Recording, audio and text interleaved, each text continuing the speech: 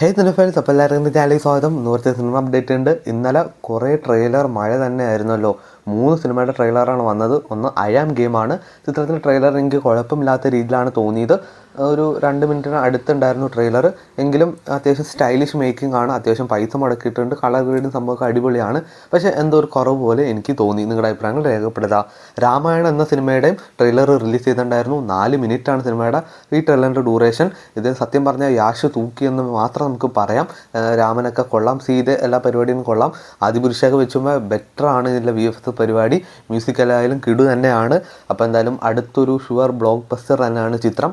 എന്തായാലും കുറച്ച് പോരായ്മകളൊക്കെ അവിടെ ഇവിടെ ഉണ്ട്. നമ്മുടെ ഈ രാക്ഷസന്മാരെ കാണിക്കുമ്പോൾ ആ VFX കുറച്ച് ബോറായിട്ട് തോന്നിയിട്ടുണ്ട്. മേ ബി ബിഗ് സ്ക്രീനിൽ വരുമ്പോൾ ആ പ്രശ്നങ്ങളൊക്കെ സോൾവ് ആയിരിക്കും എന്ന് നമുക്ക് വിചാരിക്കാം.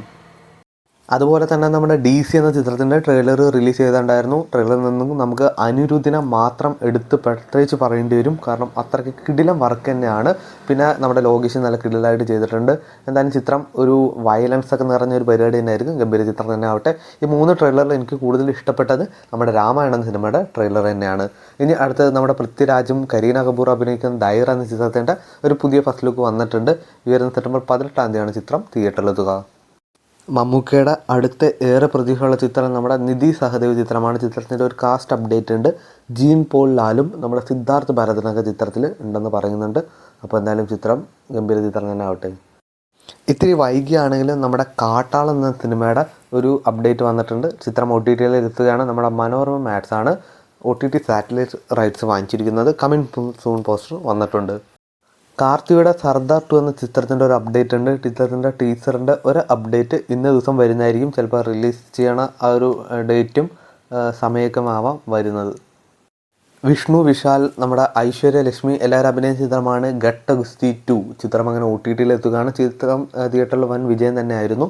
നെറ്റ്ഫ്ലിക്സിലൂടെ ഈ വരുന്ന ജൂലൈ 31 തീയതി ഏതാണ്ട് 5ഓളം ഭാഷയിലൂടെ ചിത്രം OTT റിലീസ് ചെയ്യുന്നതായിരിക്കും. നമ്മുടെ LJPയുടെ നായകൻ എന്ന ചിത്രം ഈ വരുന്ന സെപ്റ്റംബർ 4 തീയതി 4K റീമാസ്റ്റർ വെർഷൻ റിലീസിന് എത്തുകയാണ്.